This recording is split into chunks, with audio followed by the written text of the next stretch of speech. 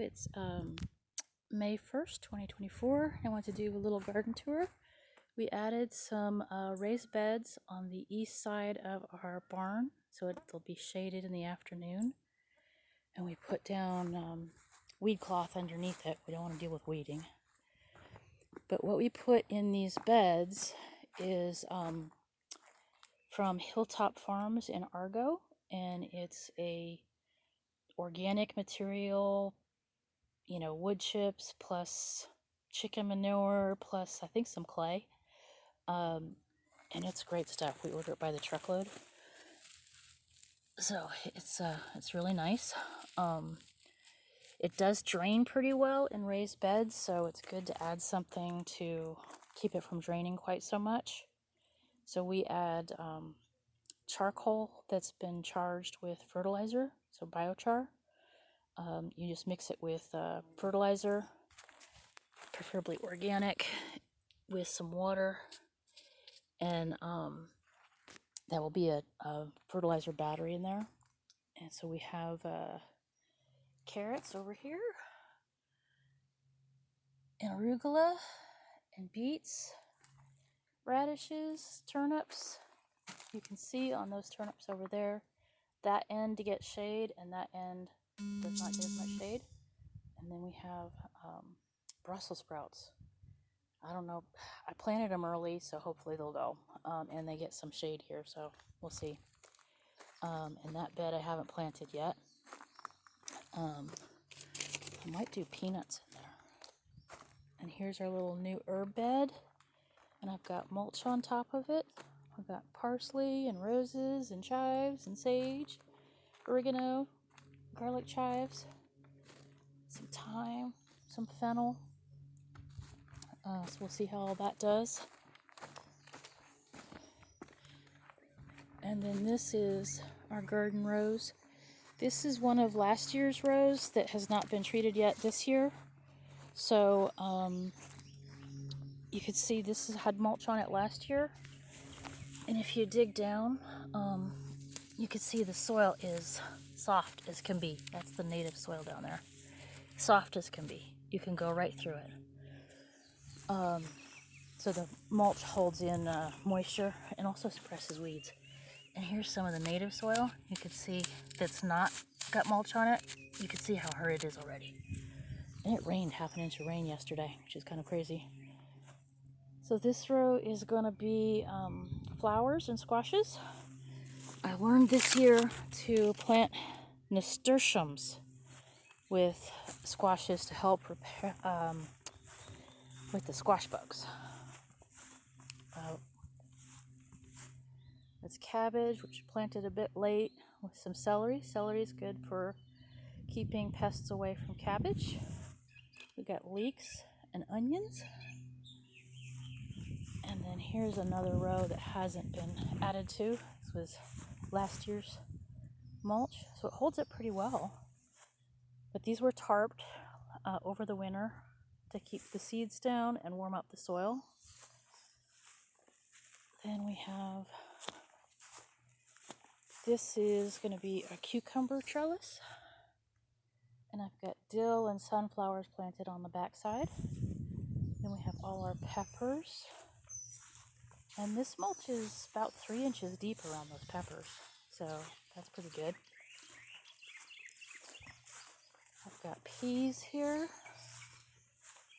It's getting into the 80s, so these are planted way late. We got involved in projects, so we're late on a number of things. So hopefully those will go well. And then I made a step-through break in these rows. Once everything gets built up, and I'll put a electric tape fence around this on these posts. Keeps the dogs out of the garden. It's nice to have those step-throughs in the rows. This is last year's thyme, all blooming.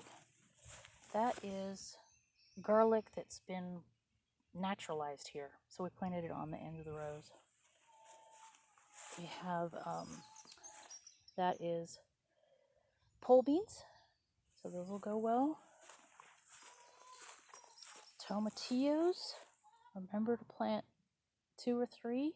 Just one will not pollinate and won't fruit. Here's another step through. These are my tomatoes. They got a bit too much water when I first put them in, so they're looking a little puny, but the tops are looking pretty good. So I hope they'll recover. It rained. I watered them twice 2 days in a row after they got put in the ground, and then it rained half an inch yesterday. But I think they'll look good. This is my favorite tomato called Juliet. It's a nice cherry Roma cross that is very productive and doesn't crack, and I can use it for salads, for drying, for cooking, all that stuff. Here we have our blueberries, which are doing pretty well. We were not sure if the frost would get them or not, but they're doing okay. And so for the tomatoes, instead of spreading out the biochar, I put it in the bottom of the hole I dug for them. So here's what it looks like. We get lump wood charcoal, not briquettes, lump wood charcoal, and mix it with fertilizer and some water and let it just charge and soak. And it's a home for good bacteria, it's good soil bacteria, and holds the fertilizer so it doesn't leach out of the soil, so it acts like a little battery. So hopefully the tomatoes like that. We'll find out. They liked it just spread out last year, or it may have been the mulch we did, I don't know. And we got potatoes starting to bloom. And this is more of that potting soil from Hilltop Farms in Argo. And this is, we had ants move in. So we've got diatomaceous earth trying to defeat the ants. I wouldn't mind ants if they weren't fire ants. See them all? Damn things. There's some that even you can see have eggs in there. Oh well. And we have bok choy. And this, the one going to seed, the bok choy going to seed, is the pak choy that you can get, like it, the packets of seeds from Tractor Supply or Walmart. Goes to seed.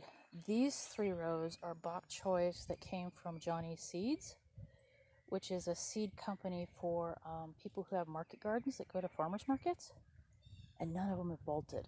So some of their hybrid stuff is got some good qualities. And we got Swiss chard in here, and some cilantro going to seed. And we got a plum tree, a crabapple tree, and a new asparagus bed down there. So that's the garden for now.